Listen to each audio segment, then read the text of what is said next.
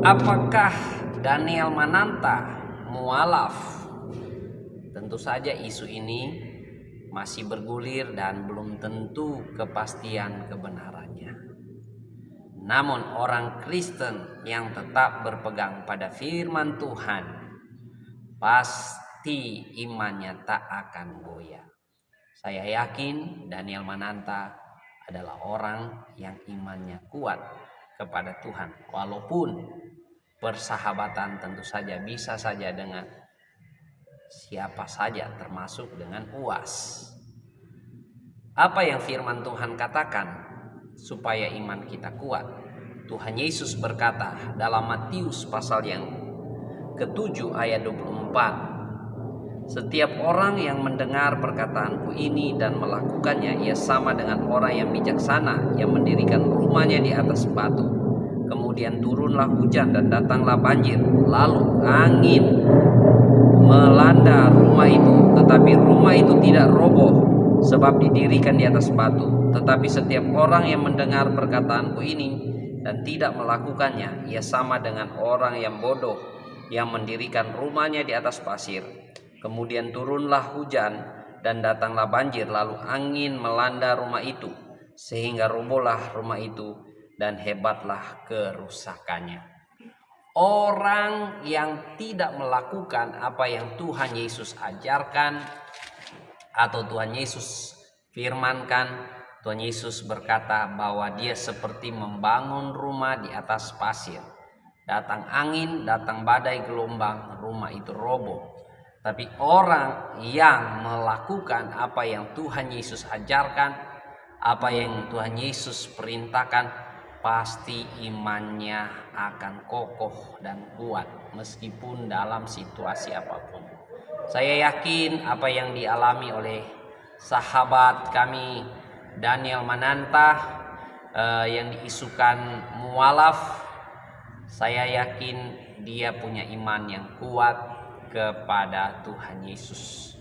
Karena iman adalah masalah pribadi, keyakinan adalah hak prerogatif setiap orang. Jadi dia bergaul dengan siapa saja, itu adalah hak dia. Dan dia punya keyakinan apa yang dia mau pegang, itu juga hak prerogatif dia.